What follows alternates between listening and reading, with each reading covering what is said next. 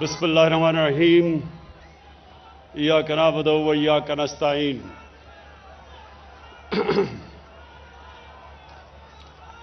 میں شکریہ صدیق خان، شکریہ. اچھا جی، بسم اللہ الرحمن الرحیم ایاک نعبد و ایاک نستعین. ڈاکٹر یاسمین، تھوڑی خاموشی. ڈاکٹر یاسمین، آپ تو ڈاکٹر ہیں اور آپ کو پوری طرح علم ہے کہ ایک گھرانے میں، غریب گھرانے میں اگر ایک بیماری ہوتی ہے اور اس گھر کے اوپر کیا گزرتی ہے. مجھے اس چیز کا کبھی علم نہیں تھا جب تک میری والدہ کو کینسر نہیں ہوئی. تب تک اللہ نے کبھی مجھے نہ کچھ سامنا کروایا تھا بیماریوں کا، نہ میں نے کبھی اپنے گھر میں بیماری دیکھی تھی. تو مجھے کبھی اندازہ نہیں تھا کہ ایک گھر کے اوپر کس طرح کی بے بسی آتی ہے. جب آپ کے گھر میں کوئی بیمار ہو، آپ کی بہن، بچے، ماں باپ، اور آپ ان کا علاج نہ کروا سکیں، کیونکہ اس وقت پاکستان میں کوئی کینسر ہاسپٹل نہیں تھا. اور مجھے پہلے تو اپنی والدہ کو ملک سے باہر لے جانا پڑا. پھر جب ان کی چوتھی سٹیج پہ کینسر چلی گئی تو مجھے پاکستان میں ان کو لے کے آیا. اور وہ جو دن تھے کہ جب ان کی وفات ہوئی اور اس سے پہلے جب وہ یہاں آئی، وہ جو 3 مہینے تھے، اس میں جو ہمارے گھر کے اوپر بے بسی آئی اور جو جس طرح کا میرے گھر کے اوپر اللہ کا یہ عذاب تھا ایک قسم کا کہ ہم کچھ کر بھی نہیں سکتے تھے، کوئی ہسپتال بھی نہیں تھا، اور پھر اپنی والدہ کو تکلیف میں دیکھا. تو تب میں نے یہ سوچا کہ ہمارے پاس تو وسائل بھی تھے، پھر بھی اتنی مشکلوں سے ہمیں گزرنا پڑا، تو ایک غریب گھرانے کے اوپر کیا گزرتی ہے. اور پھر مجھے پتا چلا کہ غریب گھرانوں پہ کیا گزرتی تھی. لوگ اپنا سب کچھ بیچ دیتے تھے. میں کینسر کی بات کر رہا ہوں، بہت مہنگا علاج ہے کینسر کا. گھر میں سب کچھ بیچ دیتے تھے، مقروض ہو جاتے تھے. مریض تو جاتا تھا، ساتھ گھر والے بھی تباہ ہو جاتے تھے. تو اس لیے شوکت خانم کینسر کا میں ہاسپٹل بنانے کا سوچا. اور پھر جب شوکت خانم کینسر ہاسپٹل بنا تو میں نے غریب لوگوں کو اپنا علاج کرواتے دیکھا. اور پھر میں نے دیکھا کہ جب وہ کوئی وہاں سے جب وہ ٹھیک ہوتے تھے تو وہ کتنی اللہ سے دعائیں دیتے تھے اللہ کو. تو تب میں نے یہ میں بات کر رہا ہوں آج سے 25 سال پہلے کی.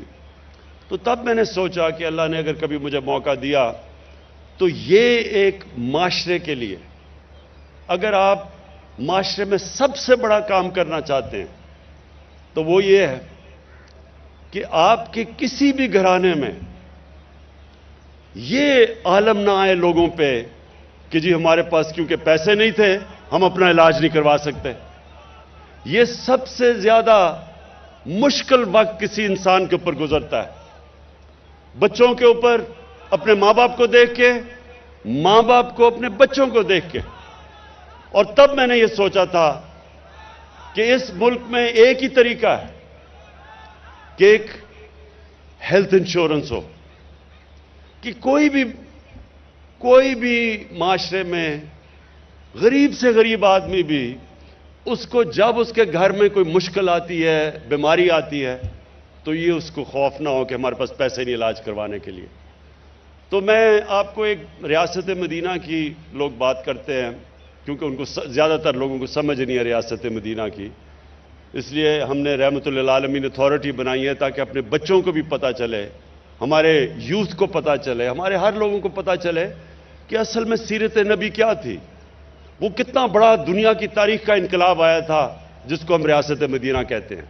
اس میں ایک پوائنٹ آپ کو سب کو سمجھنا ہے کہ جب نبی صلی اللہ علیہ وسلم نے ریاست مدینہ اس کی سربراہی سنبھالی تو مسلمان غریب ترین تھے.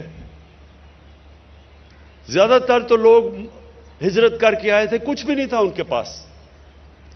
لیکن اس کے باوجود کہ غربت کی انتہا تھی, انہوں نے تب فیصلہ کیا کہ ہم اس کو ایک فلاحی ریاست بنائیں گے.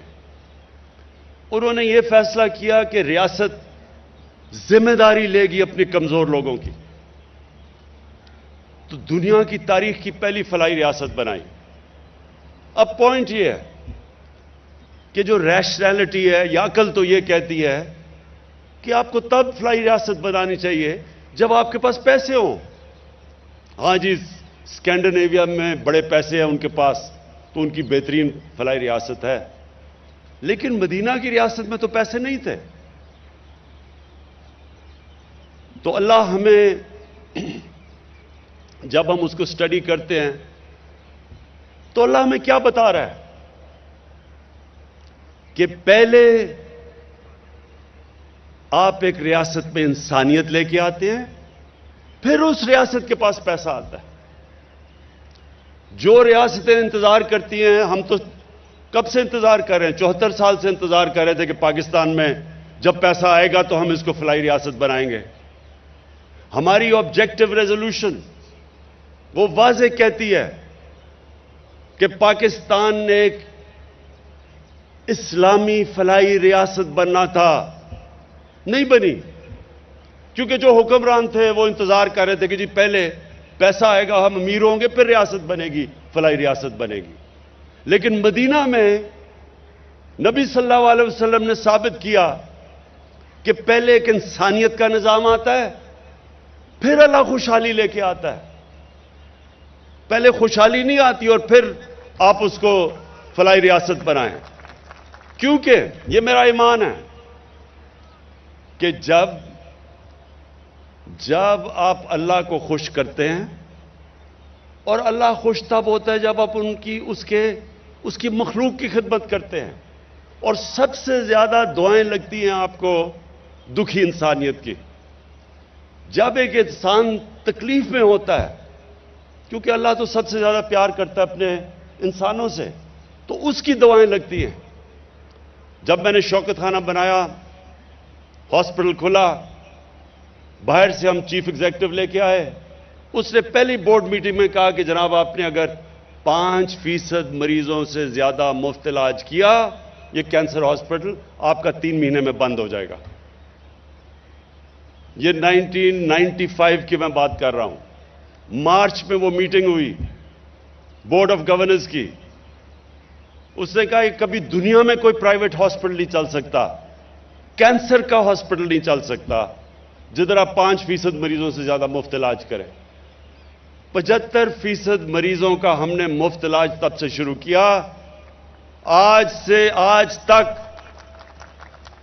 دنیا میں واحد کینسر ہاسپٹل ہے جو پرائیویٹ کینسر ہاسپٹل 75% مریضوں کا مفت علاج کر رہا ہے. اور صرف وہیں علاج نہیں کیا, پشاور میں اتنا پیسہ ہے کہ دوسرا کینسر ہاسپٹل کھڑا کر دیا, اور تیسرا کراچی میں انشاءاللہ سب سے بڑا کینسر ہاسپٹل بننا شروع ہوا ہے. میں آپ کو یہ کھڑا مثال آپ کے سامنے ہوں. آج تک کوئی یہ نہیں بتا سکا کہ کیسے ایک پرائیویٹ کینسر ہاسپٹل 75% مریضوں کا مفت علاج کرتے ہوئے آج بھی چل رہا ہے. ہر سال پچھلے سال سے زیادہ پیسے آتے ہیں. 70 کروڑ میں جو ہاسپٹل بنا تھا, سالانہ خرچہ اس کا آج غریب مریضوں پہ 10 ارب روپیہ ہے. 10 ارب روپیہ سالانہ خرچہ ہے غریبوں کا علاج کرتے ہوئے. 70 کروڑ میں ہاسپٹل بنا تھا. اس کی کیا لاجک ہے؟ آپ یہ کیسے ایکسپلین کریں گے؟ سوائے اس کے یہ عقل سے نہیں آپ کرتے, یہ دل سے کرتے ہیں, اور اللہ کی برکت آتی ہے اوپر. اسی طرح پاکستان پہ اللہ کی برکت آئے گی. جب کرونا آیا میں آپ کو دوسری مثال دیتا ہوں. جب یہاں کرونا ہوا، آپ کو پتہ نہیں یاد ہے یا نہیں، 3 مہینے مجھے اپوزیشن نے مسلسل برا بھلا کہا کہ جناب یہ لاک ڈاؤن نہیں کر رہا. مجھے نریندر مودی کی مثال دی کہ دیکھیں ہندوستان میں اس نے لاک ڈاؤن لگا دیا ہے. کسی نے کہا جی اس کے اوپر FIR کاٹنی چاہیے جو بھی مرتا کرونا سے. جو اپوزیشن نے، آپ کو پتہ نہیں یاد ہے نہیں، اسمبلی میں، اخباروں میں برا بھلا، میں نے کیوں نہیں لاک ڈاؤن پوری طرح لگایا؟ میں بار بار لوگوں سے ایک سوال پوچھوں کہ وہ دہاڑی دار کا کیا بنے گا جو دہاڑی کرتا ہے اور بچوں کو کھلاتا ہے؟ وہ جو ہفتے میں کام کر کے جو ویکلی ویج لیتا ہے وہ اس کا کیا بنے گا؟ ٹیکسی ڈرائیور کا کیا بنے گا؟ رکشے والے کا کیا بنے گا؟ چھاپڑی والے کا کیا بنے گا؟ کوئی جواب نہیں دیتا تھا. کیونکہ ہماری بدقسمتی یہ ہے، جو ہمارے پیسے والے لوگ ہیں، جو ایلیٹ ہے، اس کو فکر ہی نہیں ہے عام آدمی کی. تو مجھے کہہ رہے ہیں کہ لاک ڈاؤن لگا دو، جواب نہیں دے رہا کہ وہ کیسے اپنا پیٹ پالے گا. چائنا نے جب ووہان پروونس کے اندر لاک ڈاؤن لگایا تھا تو ایک ایک گھر پہ انہوں نے کھانا پہنچایا تھا. تو میں ان سے پوچھتا تھا کہ کیا ہم گھروں میں کھانا پہنچائیں گے ان لوگوں کے؟ کیا وہ جو کچی آبادیاں جدھر 8-8 لوگ ایک کمرے میں ہیں ان کا کیا بنے گا؟ کوئی جواب نہیں دیتا تھا. لیکن لاک ڈاؤن لگا دو. آج پاکستان کی دنیا میں مثال دی جاتی ہے. دنیا آج مانتی ہے کہ ایک ملک، اپنی ہم بات نہیں کر رہے، یہ اکانومسٹ میگزین آج 172 ملکوں میں کہہ رہی ہے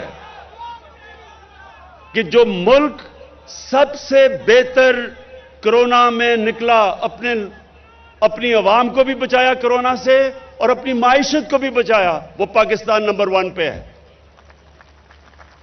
ساتھ والے ملک میں دیکھیں کتنے لوگ مرے.